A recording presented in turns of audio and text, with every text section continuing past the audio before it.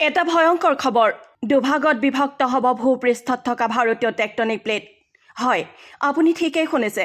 ভাৰতীয় টেক্টনিক প্লেটখন বিভক্ত হৈ পৰিব দুটা ভাগত আন্তঃৰাষ্ট্ৰীয় সংবাদ মাধ্যমত প্ৰকাশিত বাতৰি অনুসৰি শেহতীয়াকৈ সান ফ্ৰান্সিস্কোত অনুষ্ঠিত হয় আমেৰিকান জিঅ'ফিজিকেল ইউনিয়নৰ সন্মিলন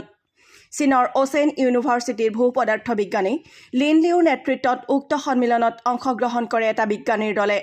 সন্মিলনত একাংশ বিজ্ঞানীয়ে প্ৰকাশ কৰিছে এই ভয়ংকৰ খবৰ যি খবৰ শুনিলে হয়তো বুকু কঁপি উঠিব আপোনাৰ আমি সকলোৱে জানো যে ভাৰতীয় টেক্টনিক প্লেটৰ সৈতে ইউৰেছিয়ান টেক্টনিক প্লেটৰ সংঘৰ্ষৰ ফলতে উৎপত্তি হয় সুউচ্চ হিমালয়ৰ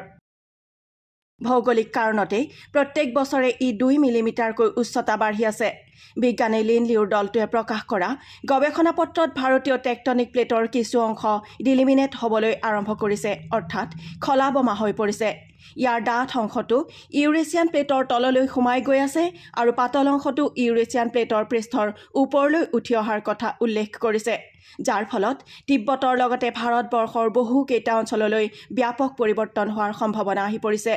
বিজ্ঞানীৰ দলটোৱে কয় আমি নাজানিছিলোঁ যে টেক্টনিক প্লেটে এইদৰে আচৰণ কৰিব পাৰে আৰু ই ভূবিজ্ঞানৰ বাবে যথেষ্ট নতুন আৰু আশ্চৰ্যকৰ তথ্য বুলি উল্লেখ কৰিছে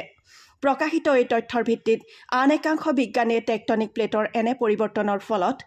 অঞ্চল বিশেষত ভূমিকম্প ভূস্খলন আৰু অন্যান্য পৰিৱৰ্তন আৰম্ভ হৈছে বুলিও উল্লেখ কৰিছে ভৱিষ্যতে আৰু ভয়ংকৰ ঘটনা হোৱাৰ সম্ভাৱনা প্ৰকট কৰি বিজ্ঞানীৰ দলটোৱে তিব্বত নেপাল লাডাখ হিমাচল প্ৰদেশ উত্তৰাখণ্ড ছিকিম উত্তৰ প্ৰদেশ আৰু অৰুণাচল প্ৰদেশৰ দৰে কেইখনমান ৰাজ্যত ভয়ংকৰ প্ৰভাৱ পৰাৰ সম্ভাৱনা আছে বুলিও মন্তব্য কৰিছে নিউজ ডেস্ক ৰিপৰ্ট গণসংযোগ